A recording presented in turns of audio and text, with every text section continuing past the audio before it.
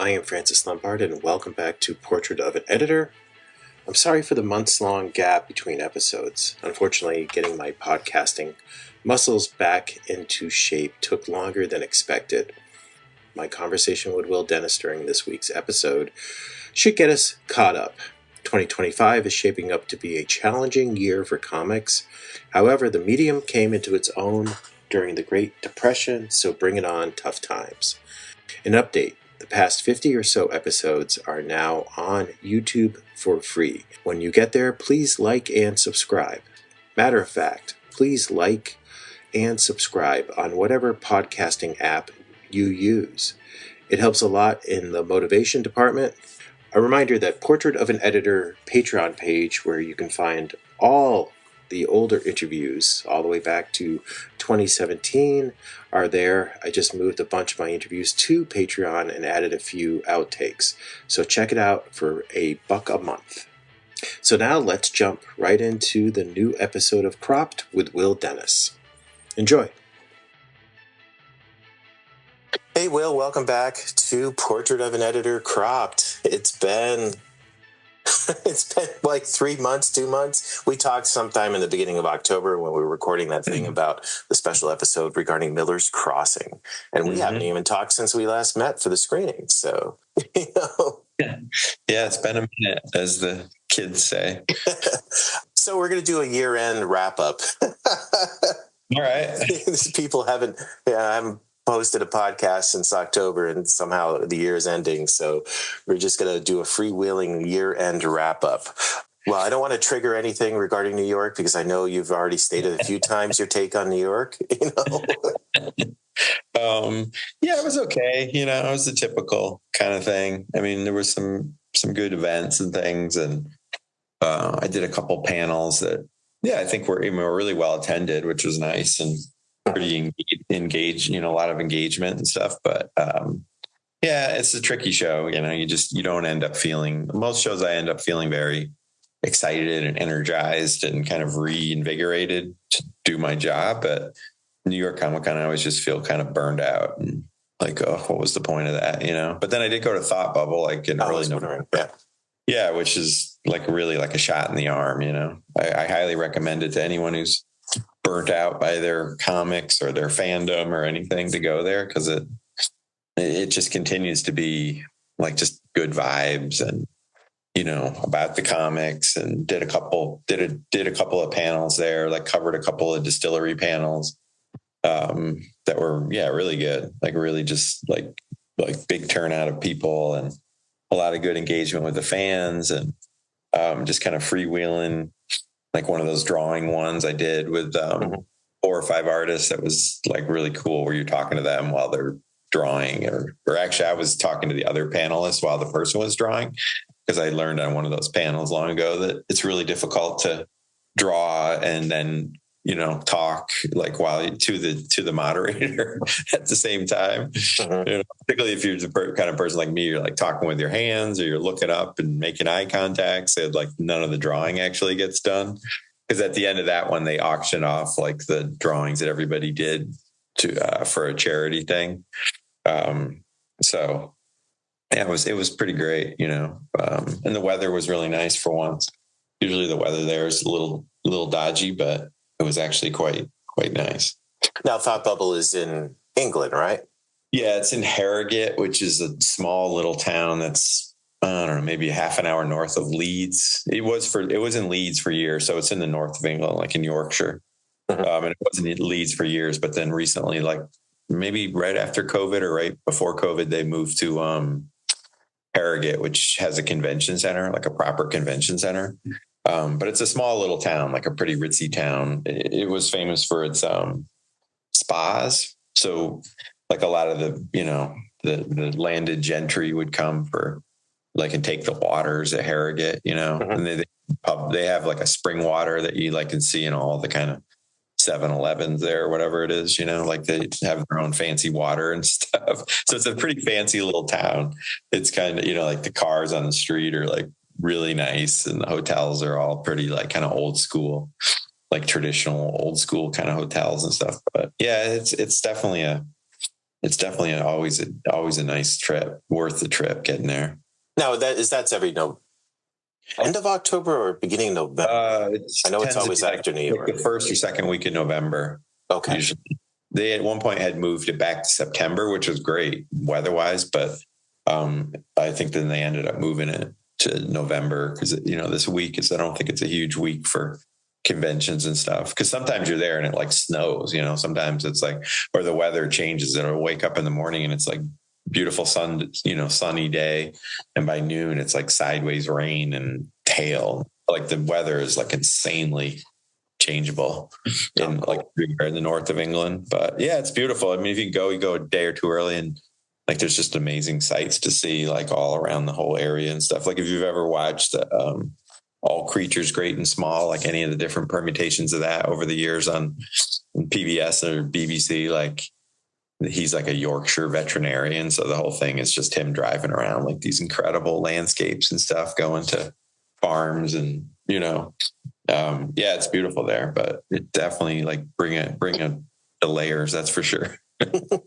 How much do you think I mean, as a pro and somebody's going for distillery, but what's the cost if somebody said, you know what, I'm going to go to a convention in England and spend my money and not go to San Diego, not go to New York because those are expensive, or even Chicago. I mean, let's remove the airline thing, but what do you think the cost would be just in ballpark? Well, everything there, as much as they kind of complain about things being expensive, like everything there is so much cheaper than it is here. Really? Okay. Oh yeah. Like when I would buy like a round of beers or something, like you could buy 5 or 6 beers for like, 20, 22 pounds, 23 pounds. So like maybe like what, $30 or something like that. I was buying rounds of drinks in San Diego at the hotel. I bought one round of drinks. It was like 4 cocktails. I think it was $115. Like the guy gave me the bill and I was like, you gotta be effing kidding me.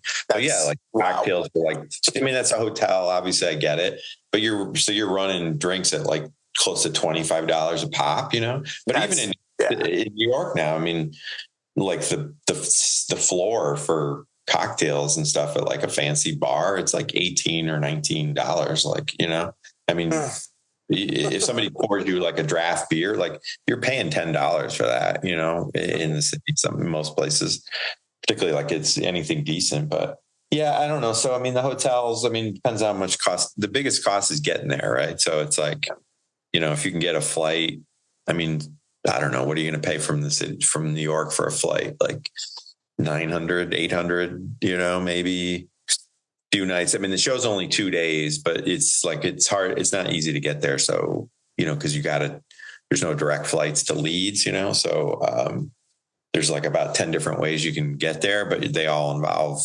either changes or trains or, buses, what have you. But, yeah, I don't know. I mean, so it's like, the hotels, a couple $100 a night, if you're there for 4 days, the food and stuff, like I said, I mean, relatively speaking, I found it to be very inexpensive compared to the States. I don't know. I mean, what are you talking? A couple thousand, maybe 2,500, 3,000. But I mean, like in San Diego, I mean, the hotels in San Diego, I mean, they're running now like $400 or $500 a night. So like if you're there for 5 days, 6 days, which it tends to be usually, I mean, you're talking $3,000 just for like the hotel, It's another 1,000 to get there. And then, like I said, you're spending all this money all day long on food, So yeah, I mean, I don't think you could I don't know how God bless them, but these families that go to San Diego and they're there for the whole week and staying in these hotels and pay, I mean, the Starbucks and like the Marriott hotel, like a regular coffee is like $4.50 or $5, I mean, so it's like every time your kid goes to the vending machine, it's like you're out another $20. Like I never took my kids to like Disneyland or Disney World, like, bad parent that I am, but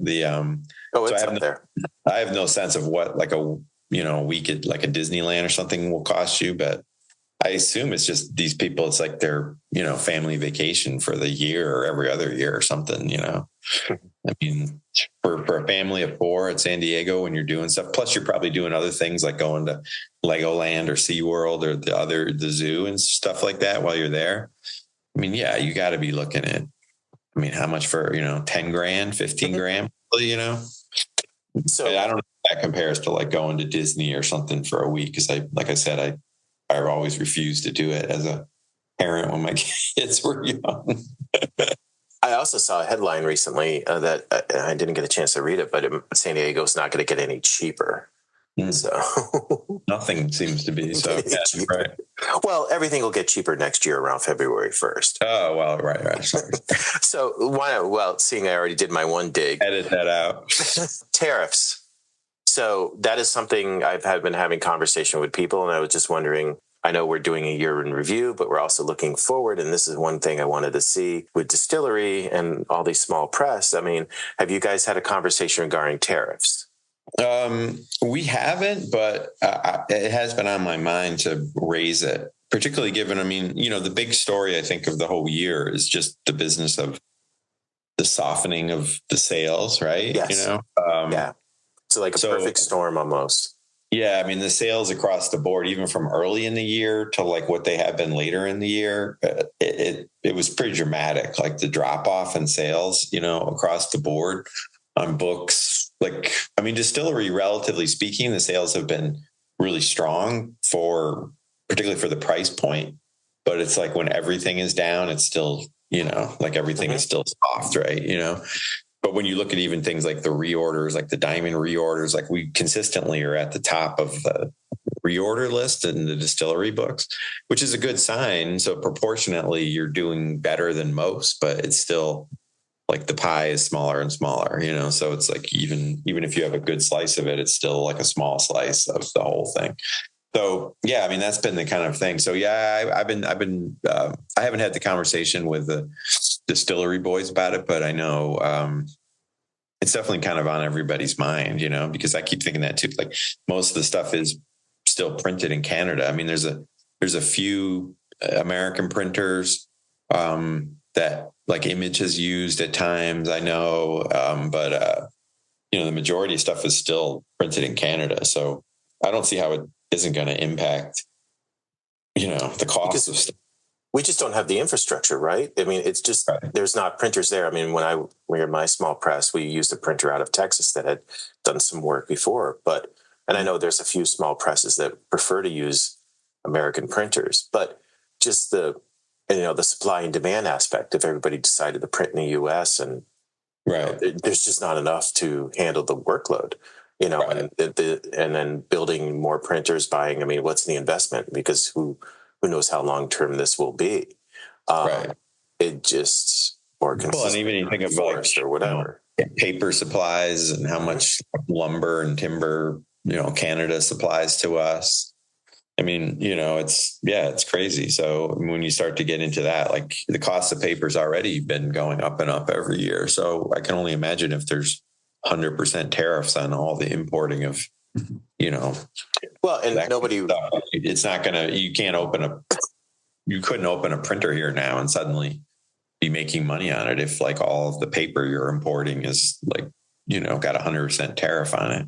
And back in 2021, there was the paper issues. There was a supply line aspect. There was, when I was running one campaign, we were like trying to figure out, they were running out of stuff for certain things and printing, and we had to change. And, there was added expense to that. I know comics was talking about that. And I think there were delays or probably increases or. Oh, there was a lot. I mean, there was a lot of delays and increases and stuff. There were, the Kickstarter. I was talking with a partner about Kickstarter, and we're like, let's not do it because nobody could get any books printed. I remember. Yeah. No, definitely. And, and it made you realize really quickly, like how just some small event can just trigger this cascading, problems that you just can't account for or don't plan for always. But, and I don't think we've probably done a whole lot in the, 4 years to make sure that that's, not going to happen again. Yeah. I mean, it's definitely scary. So I don't know. We haven't really addressed it because I think, the tricky part, you and I were talking a little before this, is even with all these political changes, it's like, I'm trying myself not to spend a lot of time and energy on the outrage over the, projected stuff or stuff that might happen or it might not happen. I think it's kind of because you see, I mean, how quickly it's like a phone call or a visit and suddenly like we're best pals again, you just don't, it's hard to know. It's hard to know what's actually going to, but yeah, it could have a real significant impact given that so much of our stuff is printed there. I just feel that there should be a conversation just in case of working on a scenario. And the great thing is like Distillery also has digital, so that helps a great deal. I mean, that's something people could rely on too. Right. And that's something we definitely relied on. And you saw an increase on during Nurgle's plague, but it was definitely, it's definitely, it's not going to help on top of what's already been like a down year, for everybody, So overall in 2024, you're thinking comic sales and just sort of the industry was a little bit down? I mean, some of it is a lot of that stuff during like the lockdown and things, it did start to conflate or inflate numbers of certain things, particularly collectibles. So a lot of that stuff, when you're doing like year over year comparisons, I mean, frankly, it's like you should just take those years out of the comparisons, you should be comparing to 2018 or something because, that was obviously like kind of a one-off in terms of the people's reaction to it and how they were spending their money and where they were spending their money. But yeah, I don't know. I mean, it definitely has been like you've seen even from the early in the year, like numbers that are significantly lower, and I don't know. I mean, it's like my wife's interior designer and very high end interior design architecture firm. And even just as an example, I mean, their year was really down with just people, even with rich people, like just sort of sitting on the sidelines, trying to see what was going to happen, in the world and everything that's been going on. And even since like the election, for instance, they've seen like an uptick in inquiries, from people, now that some of the dust is sort of settled, and those people obviously, although they're going to probably make out like bandits like in the next 4 years, so it's like, but it was kind of interesting that even like the kind of mega rich have been sitting on their wallets for most of this year, so yeah, so it's not surprising to me in some levels that things, were kind of down, but because it's not as if the competitors that we've been dealing with for years now in terms of streaming and video games and everything else, it's not like nothing really changed there as far as I can tell, It's still been a competition for hours, not really dollars. Right. But that's been for, years we've been competing with social media and competing with everything else, So I don't know. We'll see. I mean, I haven't seen, it's too early to see if there's like any green shoots, happening, but I don't know. These things are very cyclical. And I think I've told you the story of how even when I started in October of 1999, comics were going to die. 2 weeks later, we had this incredible all hands meeting where, it was like, we don't know if we'll make it till the end of the year kind of thing. And, I remember going back to my office and just like my head in my hands, like, what the hell did I do? Having to go home and, confess that this new job, I quit my other high paying job to take, like, might not be around in 2 months, and now here I am 5 years later with no other skills other than working on stupid comic books. I remember 1999. Yes, October of 1999. The world was going to end in 2000. Y2K. Right. And Warren Ellis was writing. I mean, like once a week, I was getting back into reading news and everything about how the industry will not be around next week or something. This might be the last article I write about comics. And 25 years later, here we are. I know. And the DC implosion. I remember that. What was that? The 80s?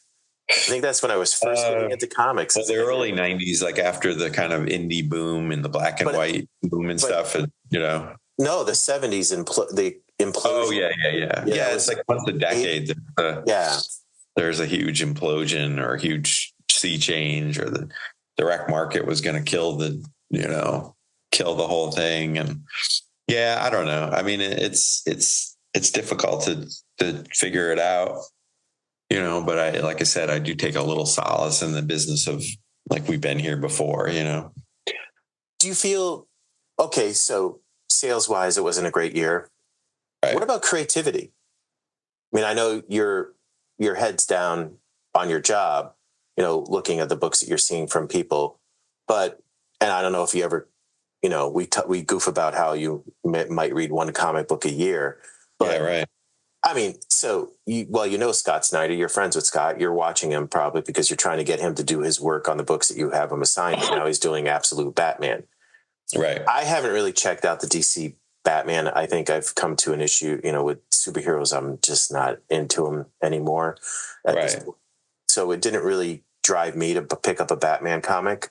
But do you think that execution, that idea is it a drop in the bucket that will fade out in another year? Or was it, what of it, is it something that might reinvigorate the genre of superheroes in a way, or at least help DC get through next year? Yeah.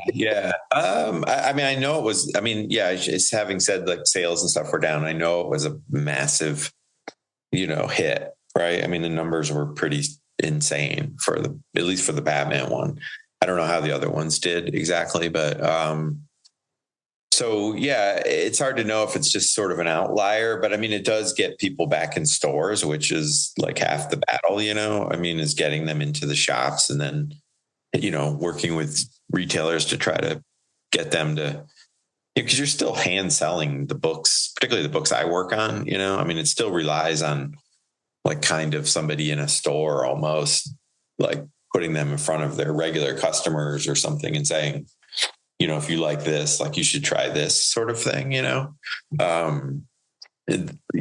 the model of the retailer model, like the brick and mortar model being still such a big part of the industry.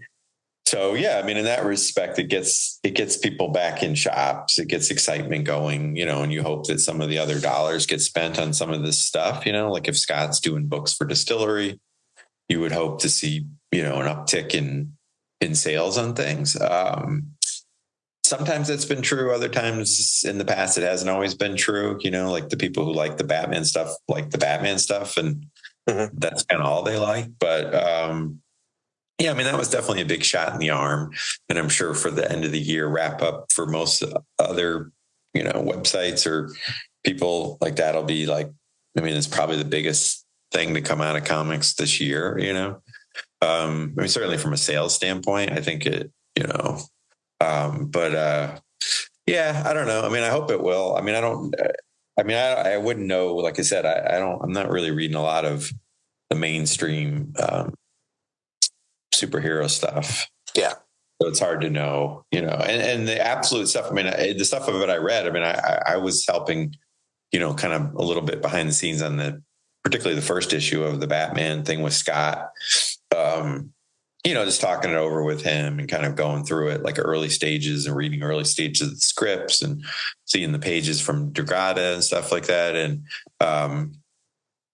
yeah, I mean, I thought it was great. Like, I really liked it. Like, I was prepared to just be like, yeah, dude, like, this is great. Like, I hope you sell a ton of them, and not really giving a shit about the actual book. But I was really hooked in by it. Like, I really felt like it was like smart and kind of a cool reboot, but again, it's very different. So it's like, it's clear. We never saw, like, when I worked at Vertigo and say Scott was working on Vertigo book, but working on a Batman book, you didn't see a huge correlation between the sales, right? Like, the sales on the Batman stuff could be through the roof and the Vertigo stuff stayed about the same. So it's hard to know, like, if people are buying the absolute stuff, are they then picking up the regular books too, or do they just like this universe and it's kind of two different streams of revenue? I don't really know. Like, I have no idea ultimately at the end of the day, but I mean, even things that they're bringing back, like Vertigo, I mean, I would think that's a good sign. It's hard to know. Are you going to be running Vertigo? No. I think Chris Conroy, who's like the one holdover from My Days at DC, who's a terrific guy. And, like, really smart. Doing the Black Label stuff a lot. Yeah. Yeah, like really smart and really in love, with his taste in comics for years always was very high, very sophisticated, like he knows the superhero stuff, but like he really knew the other stuff inside and out. Cause we were friends because we had mutual friends, but then we also worked together on when I had to work on the Before Watchmen stuff. Mm-hmm. Like the team on Before Watchmen was me and Mark Chiarella were sort of heading it. But the support staff was when you look at the list, was pretty good roster. It was Mark Doyle, Chris Conroy, Will Moss, who's like at Marvel, and then Camilla Zhang, who, went on to work at Kickstarter and work at a bunch of different places. And so we had a pretty good squad of people that have gone on to be, done a lot of good work in the industry since then. They were all just assistants or associates at the time. Yeah. So let's just get it out of the way. What's your one comic of 2024 that sort of wowed you? It would be The Death of Phoenix, rereading The Death of Phoenix, for instance. If anybody, I get this text from Will at times where just John Byrne covers or paid panels come over.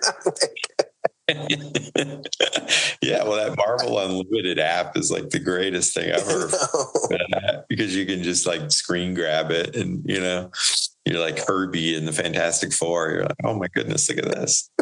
But yeah, exactly.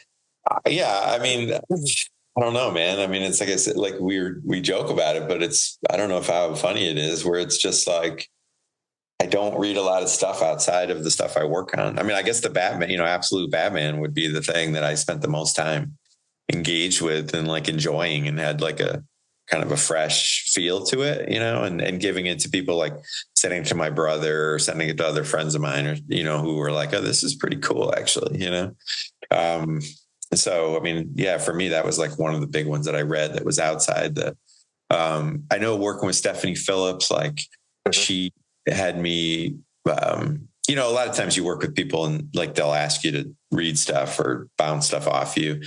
She was on this Phoenix book, which I really enjoyed. I thought was really cool, a fresh cosmic take on Phoenix, I think. Yeah, those cosmic stories are tough, right? I think it's very difficult to do cosmic things that, maybe Jim Starlin pulled it off in the 80s, 70s or 80s, doing all that cosmic, the Adam Warlock and all that stuff at Marvel. But, once you start introducing those kind of characters like Eternity and all those sorts of things, they're not very exciting. They're not very fun because they don't have any, they're omniscient and they're just sort of there's not a lot of drama opportunities because there's no peril.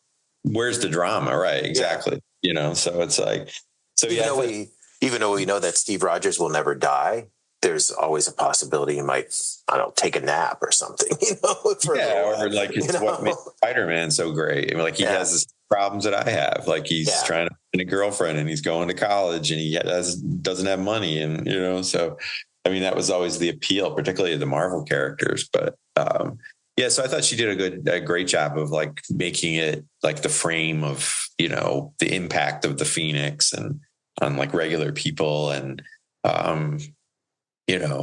it's tough when you're in those worlds, those kind of IPs where there's so many these super overpowered characters and stuff. It's difficult sometimes to find dramatic hooks that people can relate to. I know it myself, even from being a not so closet Warhammer 40,000 fan, that world filled with these super soldiers and all these crazy stuff. When you read novels or see any of the things, to have point of view characters that you can relate to is sometimes difficult. They have to introduce human characters and things because they don't really have problems. They're unkillable. They're all these things. So it's interesting. I thought she did a great job of that, but that, I wouldn't have bought that on my own. It was just sort of, her sending me the issues and to check them out kind of thing. But, so that was cool. I think it did pretty well. From what I gathered, it was, the first issue was in, top 5 or top 10, which is a good sign. So I'm going to try to get some hate mail. Chuck Austin's Edgeworld and The Tormented. I believe both of them came out this past year. I just realized Chuck had sent me something. I'm like, oh shoot, I need to catch up on his stuff. So I'm like, I know he's a friend, but I think what he and Patrick, what's Patrick's last name? Olaf. What he's been doing for Comixology. I think the team up, the two of them are doing a really great job. I think they're a great pair. They work well together. I mean, there's Chuck's sense of humor, but there's the drama. I don't know. I mean, we've talked about it before, and maybe the three of us can get online because I know he's got a distillery book coming out. Yeah, he does. With him and Patrick next year, so we can maybe talk about it. Are you editing that book? No, I'm not editing that particular one. I think Greg Lockhart might be editing. Oh, so maybe the four of us can all get on there or something. Yeah. But I feel like Greg's involved with. I don't know if he's involved with Edgeworld, but I know he's involved with something with Chuck. So I think maybe it's the distillery one. I don't know. I could be wrong about that, but I think he's taken over Edgeworld. But I think they're a lot of fun. They're a lot of fun, and I think Patrick's stuff is really great. I think he does Western really well. I really like art. Yeah. And The Tormented, actually, there was some, really great creepy moments and a sense of humor too. So for all the grief that Chuck gets, the guy can write. I just don't get it. He's such a sweet guy too. He's like the nicest guy, like in my dealings with him always were great. So, that's good. So you can get that on your Kindle, right? Or Comixology. You can get it for free if you have your Amazon Prime, which I might cancel because a certain asshole didn't. Yeah, I know. Yeah, our family is trying to migrate to be like a sort of an Amazon-less family, Yeah, but because I don't. Some of that congratulatory tweet that he sent out that could have been written in North Korea was a little disturbing. So, and also the other thing I'm really happy about for 2024, and it's going to bleed into next spring, is the relaunch of heavy metal and comeback of Metal Hurlant. I mean, the Beat just pointed out, but I'm like, last night, I'm like, oh shit, I need to order my stuff because I've forgotten the Kickstarters, but they both raised basically $500,000 for both. Yeah.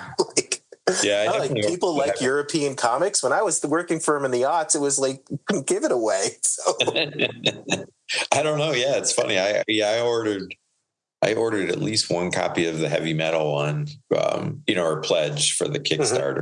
Metal one. I think that's going to go through. Yeah, no, definitely. I was looking forward to that. I thought that was, there was some pretty cool stuff in there. And like, I thought the way they just structured the whole campaign and everything was really, seemed pretty like they knew the audience for it and like had a lot of, goodies that people would be into. But it makes me wonder because I was talking to Joe Illidge. I've had a bunch of editors. I even actually had Chris. I forgot his last name, but he's one of the managing editor for the new heavy metal guys. He's been on the show. Oh, Ryle? Probably, yeah. Chris Ryle? Ryle. No, not Chris Ryle. The English guy. Oh, shoot. I should have looked this up. But he's been on it. Oh, yeah. Is he Australian? I know who you're talking about, though. I know exactly what you're talking about. I'm like, too. Thompson. He's one of the three. Joe Illidge has been on. I've had a couple other editors. I've always been a big supporter of heavy metal, but I didn't know the audience was there. I mean, they've been struggling until the point where everybody knows they just sort of dropped off the face of the earth 2 years ago, 3 years ago. But there's been an audience where, it obviously, this Kickstarter proves it. Now, is it enough to support a bi-monthly or a monthly book? I don't think there was ever enough to support a monthly. And that's one of the things I think didn't help heavy metal when, towards the end, they went monthly. And I'm like, I can't even keep up with this. But I don't know. It's just fun. I mean, it's interesting. And then Metal Hurlant, too, to see those numbers, too. And that support for the European stuff. I mean, it's interesting. Yeah, the really hardcore European stuff. Yeah. They're doing some reprint stuff, but I mean, we're talking really the stuff that started it all, the 70s, the European stuff, real like deep cuts. It looks like they're pulling out, So that's good. That's exciting to be excited about that. I guess I am too. I didn't realize that. I pledged, like I said, for the heavy metal thing, but I don't remember what they said was the projected ship date for it or anything. Both of them are in the spring, like March or April or something. Yeah, and March I think for heavy metal, and spring is I don't know. I'll send you the Kickstarter stuff for Metal Hurlon. It's a big, thick book, and I think that's definitely springtime. Right. New material with American creators and also European creators, but also reprints of stuff that you probably can't get, or I might have in my Epic magazine collection. I still carry around all over the country. Those magazine-sized boxes that we're all trying to get our hands on. Yeah, just what do I do with all these? So, so it's great for European art. It's great. I think just the challenging material. It just feels like even Absolute Batman has a bit of a challenge where, turning everything upside down. But just I don't know, it just, Comixology is, you're working on Comixology too, aren't you? Aren't you coming back? Yeah. They definitely have gone back to bringing in new stuff. They kind of we were doing a ton of stuff for them, and then they sort of, what was that, in January 22, I think, when they fired, when Amazon, laid off tons and tons of people across the board. I think that's when that was. And then, they definitely had at that point put a stop on new stuff, just because it was sort of this edict from the mothership about cutting costs across the board. But this year they've definitely restarted acquiring stuff, So I had a little bit of a lull, but I've definitely picked up 2 or 3 books for next year, new things that are coming out next year. That, literally they just sort of picked up this year. So that's a good, they seem really excited. Because they've expanded their print program. Before they were just printing with Dark Horse, but now they're printing with 3 different companies. I believe. So so their plans that model still seems good, because they can afford to do, they don't spend a ton of money to develop these projects, but they don't spend no money to do them, and then it's they have a certain life on digital, and then they're finding, these different partners to print this stuff in the real world, Mm-hmm. And I think it's been doing pretty well. Or at least because the break even on the real printing stuff is low, because Comixology's already paid all the editorial costs and things, So really they're paying if there's a licensing agreement, I don't know, but they're paying the printing costs basically, Mm-hmm. For books that have already been paid for editorially. So it's kind of a nice boon to some of these publishers, So is there anything else in 2024 that you would like to highlight? Anything good? I think we did some, the distillery stuff, and we've done some really good books. We won the Eisner at San Diego, which I think for a company's first year in business is, it's got to be close to unheard of, I would think, and even to get nominations the year before was great, but to actually win for Somna was incredible, So, I think that was a real big shot in the arm to everybody that was oh, this is viable, this is legitimate, and really helped put the whole operation on the map, So that was definitely a highlight for me, one of the big highlights. I'm very fortunate. I continue to work with really cool people on really cool projects, and figure out a way to make it actually pay the gas bill and the light bill, So I can't complain too much. I don't know. I'm getting close to retirement age though. So maybe I can figure out a way to, retire and I don't know what, Write your memoirs. What about for next year? These are my memoirs. Is there anything for next year that you're really looking forward to? I'm excited for the new the Scott Snyder and Jock book that like the first issue's coming out. I think it's coming out now in January. It's the serial killer. What's the title? Yeah, You Won't Feel a Thing. Yeah. Okay. Yeah, so I think that's great. Like having those guys reunited on, having worked with them on Bit on Witches and then Book of Evil and now this one. Yeah, I think they just work together so well, and that's an interesting one. I was talking on a panel about it, that there's no real script, like a traditional script that exists for that. Like Scott and I talked at length about the story and then, and just elements that he was interested in and some things, and given my own personal dealings with like the aged in my family that I'm managing and things. That was my big contribution about, what life is like in senior living centers. But yeah, and then just seeing them, and then they literally just had these long conversations, and then Jock was like kind of doing layouts based on that, and then Scott's kind of then reverse engineering like the lettering and the script itself, so it's this really like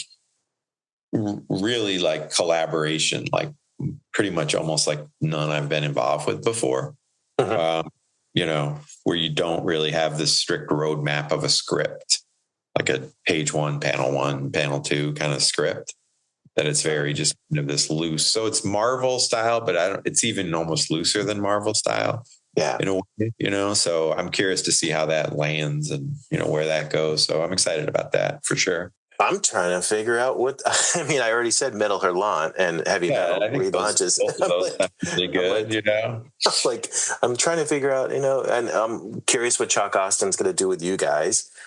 I'm wondering, will Brubaker and Phillips, the TV show Criminal, is that coming out with, what is it, Jonathan Harper too, who's a great novelist and has been on a showrunner too.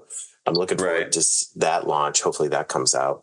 The one book I've been thinking about ever since Election Day that I really would like to get the final arc to, and maybe I thought it was going to come out this year. Hopefully it'll come out next year. Lazarus by the Greg Rucka, Michael Lark. Yes. They said they weren't going to do anything. They had one more arc, and they weren't going to start publishing until it was completed. Oh, wow. That was over a year ago, like maybe a year and a half ago, where the last arc came to a conclusion. And every time the Image solicitations come up, I'm like, where is it? Where is it? Where is it? No, that's true. Yeah. And given them, even the themes of that and a lot of the stuff that, that's about. Well, they started out as a comic book. As I think Michael Lark said, I started out drawing a comic book, and now I'm doing a documentary. So. Right. Yeah, exactly. I know. I remember years ago when we were working on that Pride of Baghdad book with Brian K. Vaughan and Nico Enrichon, I suppose you would pronounce it. But yeah, and DC wanted like a year it was when the book people first came to DC, and they were like, we need like 6 months to a year to sell this into bookstores and stuff. And we were like, oh, this is crazy. The war is going to be over in a year. And this is like 2004 or something, 2000-ish, and we were just like, oh, this is like, it's timely. You got to get it out there and blah, blah, blah, blah. And, like to this day, I'm like embarrassed that we like even argued about it, like they could have waited 10 more years and it would still be relevant, but I don't know, man. Well, that's good. Yeah, that would be great. I really like that book, actually. That was a cool book. And I don't know. Yeah, I think the Superman movie I'm curious about. I think that's coming out in the summer, right? July. Yep. I think that's next year. Yep. I don't know. I secretly love Superman. Not as much as I love John Byrne's X-Men, but I'm close on Superman. People wouldn't think that of me, I don't think, but I do. I do love Superman. And, so I'm curious to see like how that goes, but that'll be interesting. Cause I think there's all these rumors about a trailer that there's like a trailer that was going to come out maybe this Christmas, but then maybe the Super Bowl or something. So I don't know. I'm just curious to see what the probably heck. I would think it as a Super Bowl trailer. I could see that. Yeah. The last big thing we can all agree on is the Super Bowl. Well, hey, I got to get back to work. Yeah, I got a call here soon. I got to get on. So maybe we might talk before the end of the year, but we'll definitely pick this up in 2025. All right, man. This is great. I appreciate all the laughs and involving me in that. Miller's Crossing thing was great. That was thank you for coming. Highlight. Yes. That was a highlight of the year. It was great. I was like, I loved that kind of stuff. It was fantastic, but so I got to get out of my bubble, man. I got to get out there and meet the people a little bit more. So, we'll have to do another movie later on in the year. Yeah, man. Let's figure something out. Jaws 2, The Revenge. All right, man. Well, it's good talk. Have a good Merry Christmas. Happy New Year. Happy New Year. I'll talk to you later.